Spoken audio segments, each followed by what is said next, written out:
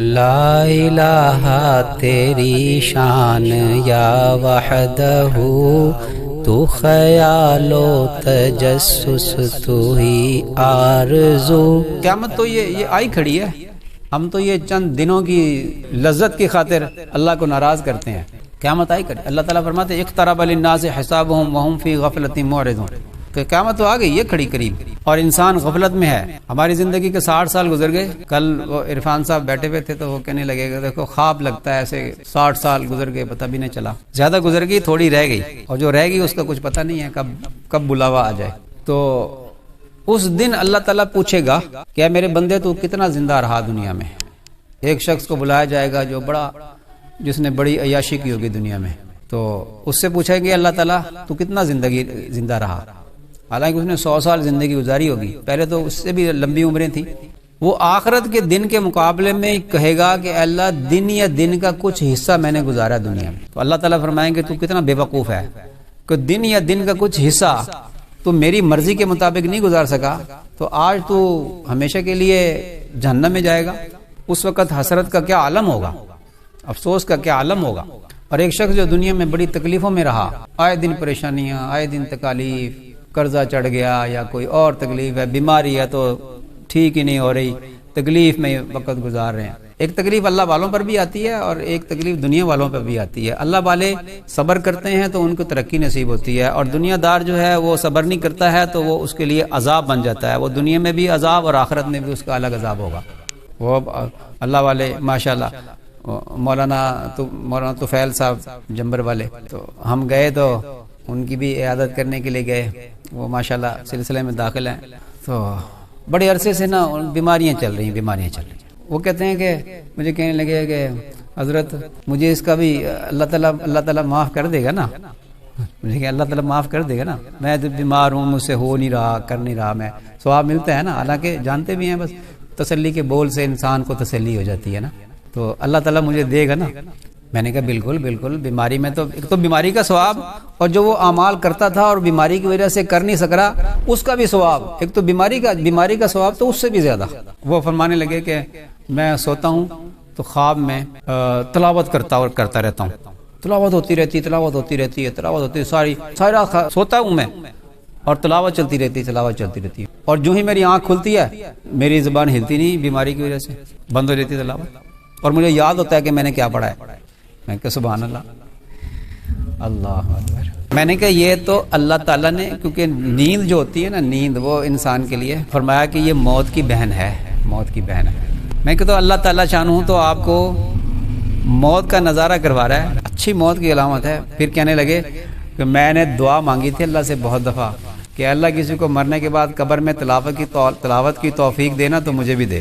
یہ جو اللہ والے ہیں نا، ان کے اوپر جو تکالیف آتی ہیں ان کے درجات بلند ہوتے ہیں، ان کو ترقی نصیب ہوتی ہے، اللہ تعالیٰ کا قرب نصیب ہوتا ہے۔ بات پتہ نہیں میں کون سی کرنے لگا تھا، پھر بات اور دوسری طرف چلی گئی۔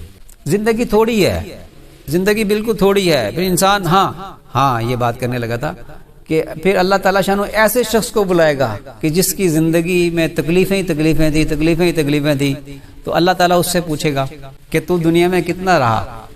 وہ کہے گا اللہ دن یا دن کا کچھ حصہ۔ اللہ فرمائیں گے تو کتنا اچھا بندہ ہے میرا، کہ تو کتنا عقل مند ہے کہ تو نے دن یا دن کا کچھ حصہ میری مرضی کے مطابق گزار لیا، آج تیرے لیے جنت کا فیصلہ ہے، تو ہمیشہ کی اس میں مزے کرے گا جنت کے اندر، اس کی خوشی کی کیا انتہا ہوگی۔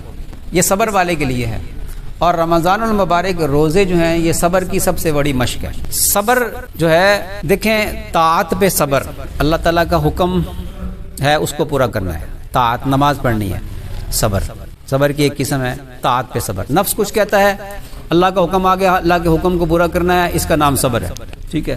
روزوں میں یہ آسان ہے کیونکہ نفس کو قابو میں کیا گیا ہے، بھوکا پیاسا رکھ کے سرکش شیاطین کو قید کر دیا گیا ہے، تو اب آسان ہے۔ اب مسجد میں آنا آسان ہونا چاہیے، اب مسجد میں دل لگنا چاہیے، اگر دل نہیں لگتا استغفار کرے، اور یہ نسخہ حدیث میں بیان کر دیا، لا الہ الا اللہ کثرت سے پڑھو، ایمان مضبوط ہوگا، اور مسجد میں دل لگنا ایمان کی علامت ہے۔ دل نہیں لگتا، نسخہ بتا دیا حدیث میں، لا الہ الا اللہ کی کثرت کرو، ایمان مضبوط ہوگا، پھر دل لگنا شروع ہو جائے گا۔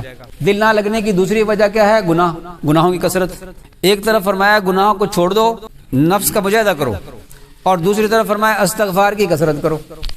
یہ نسخہ بتا دیا حدیث میں، جو 4 چیزیں فرمائی ہیں حدیث میں کہ 4 چیزوں کی کثرت کرو، اس میں لا الہ الا اللہ کی کثرت ہے، استغفار کی کثرت ہے. لا الہ الا اللہ سے ایمان مضبوط ہوگا، ایمان مضبوط ہوگا، مسجد میں دل لگے گا، عبادت کرنے کو دل کرے گا، تلاوت کرنے کو دل کرے گا، ذکر کرنے کو دل کرے گا. فرشتوں کے ساتھ مناسبت ہو گئی. لا الہ الا اللہ کہنے سے اللہ گناہوں کو معاف فرما دیتا ہے، صغیرہ گناہ. استغفار کریں گے، اس میں توبہ بھی کریں گے، استغفر اللہ ربی من کل ذنب واتوب الیہ. اس کی کثرت کریں گے، گناہ معاف ہوں گے، عبادت کرنے کو دل کرے گا. نسخے تو بتا دیے. روزوں میں ہر عبادت ایک نسخہ ہے نفس کو کنٹرول کرنے کے لیے. شیطان تو اللہ نے پکڑ کے نا اس کو ادھر کر دیا، یہ پکڑا ہوا میں نے، چل اب تو کر کام، تیرے لیے آسان کر دیا، اس کو میں نے قابو کر لیا اور تو اب کر، چل روزے رکھ، عبادت کر، تیرا نفس جو ہے وہ کنٹرول ہوگا، تیری روح جو ہے نورانی ہوگی، روح غالب آ جائے گی تیرے نفس کے اوپر. یہ چاہتے ہیں اللہ تعالیٰ. 1 مہینے کی مشق اللہ نے کروائی. اچھی مشق کرنے والا اچھا نور لے لے گا اپنے قلب میں، اپنی روح میں. اچھی محنت کرنے والا صبح سے شروع ہو جائیں، صبح سے سحری سے شروع ہو جائیں، تہجد میں اٹھیں. تہجد اور تراویح الگ الگ نماز ہے. تہجد پڑھیں، 8 رکعت پڑھیں، 4 کر کے پڑھیں یا 2 کر کے پڑھیں. سبحان اللہ. 8 نہیں پڑھ سکتے 4 پڑھ لیں، 4 نہیں پڑھ سکتے 2 تو لازمی پڑھ لیں. اس سے پہلے اٹھیں، سحری کھانے سے 1 گھنٹہ پہلے اٹھ جائیں. سب سے زیادہ انوارات تہجد میں ملتے ہیں انسان کو. پھر رمضان المبارک، ایک تہجد پڑھیں گے فرض کے برابر اجر ملے گا. جتنا قرب فرض سے 70 فرضوں سے حاصل ہوتا ہے، رمضان المبارک میں 2 نفل پڑھنے سے اللہ تعالیٰ شان اتنا قرب نصیب فرمائے گا کہ یہ قرب حاصل کرنے کا مہینہ ہے. ٹھیک ہے نا. شروع ہو جائیں، صبح سے شروع ہو جائیں. سحری کھائیں گے، سحری کھایا کرو. فرمایا کہ یہ فرشتے سحری کھانے والوں پر رحمت نازل کرتے ہیں، ان کے لیے مغفرت کی دعائیں کرتے ہیں، فرشتے رحمت نازل کرتے ہیں. سحری کھایا کرو. پھر فرمایا سحری کھایا کرو کہ ہم میں اور اہل کتاب میں سحری کھانے کا فرق ہے. اب فرشتے رحمت نازل کرتے ہیں سحری کھانے والے پر. اس فضیلت کا استحضار ہو اور سحری کھائیں. اچھا خوب کھائیں، اچھی طرح کھانا چاہیے. وہ بھی مجھے انہوں نے حضرت تھانوی رحمۃ اللہ علیہ کل ملفوظ بھیجا تھا، میں نے اس پہ بہت غور کیا. اس میں وہ فرماتے ہیں کہ روزوں میں یہ نص ہے، حدیث میں ہے کہ اللہ تعالیٰ رزق بڑھا دیتا ہے، مومن کا رزق روزوں میں بڑھا دیتا ہے. تو یہ حدیث بتا رہی ہے کہ زیادہ کھایا کرو. لیکن میں نے اس پہ بڑا غور کیا. دیکھیں زیادہ کھانا، ذرا انہوں نے مثالیں تو میووں کی دی ہیں نا، اس میں خوب میووں کی دی ہیں، میوے خوب کھاؤ. لیکن ہماری غذائیں ٹھیک نہیں ہیں. ہمیں اپنی غذائیں اچھی کرنی چاہیے اور کھانا اعتدال سے چاہیے. اس لیے کہ یہ رزق تو بڑھا دیا جاتا ہے، لیکن رزق کا مطلب جو ہے وہ صرف یہ کھانے پینا ہی نہیں ہے. رزق روح کا رزق بھی بڑھایا جاتا ہے، جسم کا رزق بھی بڑھایا جاتا ہے. اور رزق صرف کھانے پینے کا نام نہیں ہے. اللہ تعالیٰ جو فرماتے ہیں کہ کلو وشربو ولا تسرفو، یہ نس جو ہے یہ بھی تو نس ہے اور بڑی نس ہے. اتنا کھاؤ اتنا پیو کہ جتنی ضرورت ہو، اس سے زیادہ نہیں. یعنی کہ سحری میں اتنا کھا لیا کہ ڈکاریں آنا شروع ہو جائیں، کھٹی سارا دن گزارنا مشکل ہو جائے گا. اور افطاری میں بھی کنٹرول کے ساتھ کھاؤ. سحری سے شروع ہو جائیں. پھر فجر کی نماز ہے، فجر کی نماز پڑھیں، رحمت ہی رحمت ہے. اور اس کے بعد پھر تلاوت کریں. تو تلاوت اللہ کے قرآن، اللہ کا کلام اللہ کا قرب کا ذریعہ ہے، تو قرآن کے ذریعے اللہ کا قرب حاصل کریں اور قرآن کے فیض کو، قرآن کے انوارات کو اپنے سینے میں جمع کریں. یہ ہو گیا.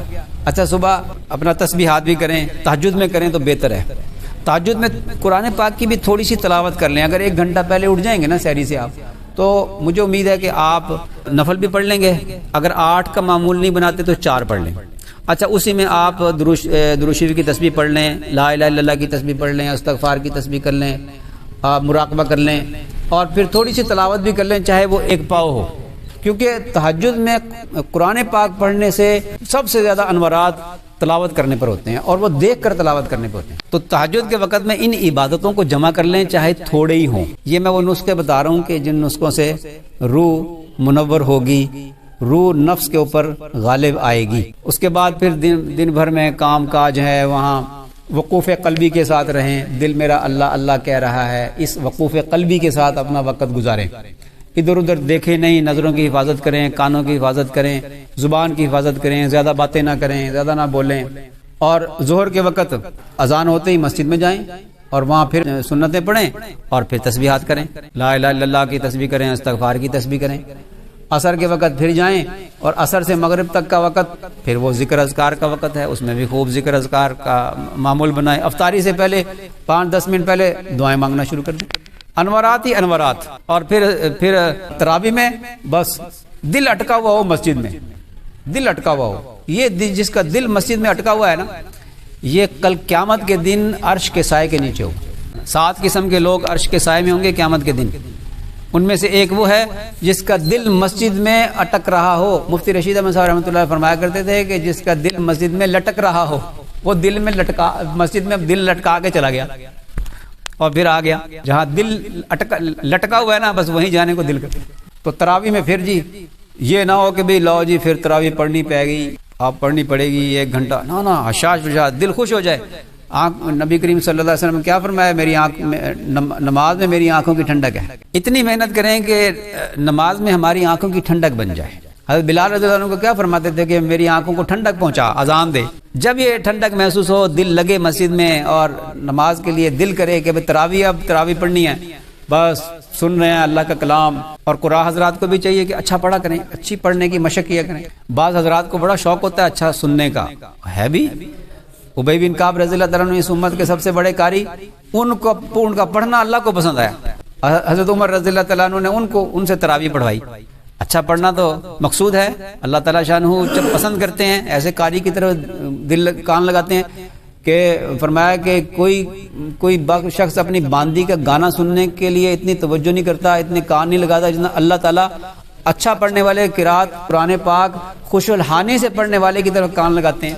تو بعض لوگ مسجدوں میں جاتے ڈھونڈتے ہیں جی فلانی مسجد میں قاری صاحب بہت اچھا پڑھتے ہیں، وہاں جا کے تراویح سنتے ہیں۔ مزہ آنا چاہیے، اللہ کا کلام ہو، خوش الحانی سے پڑھا جا رہا ہو، وہاں دل لگے۔ تو 20 تراویح جو ہے وہ دل لگا کے پڑھنا۔ اب اس میں تھک گئے، اگر تھک گئے نا تو اس پہ دل خوش ہو جائے کہ اللہ کے لیے اللہ کے حضور میں کھڑے ہونے سے تھکا ہوں میں۔ نبی کریم صلی اللہ علیہ وسلم سے کچھ تو مشابہت ہوئی کہ آپ صلی اللہ علیہ وسلم کے پاؤں مبارک میں ورم آ جاتا تھا، اتنا لمبا قیام کرتے تھے، تو تھوڑی سی مشابہت تو ہوئی۔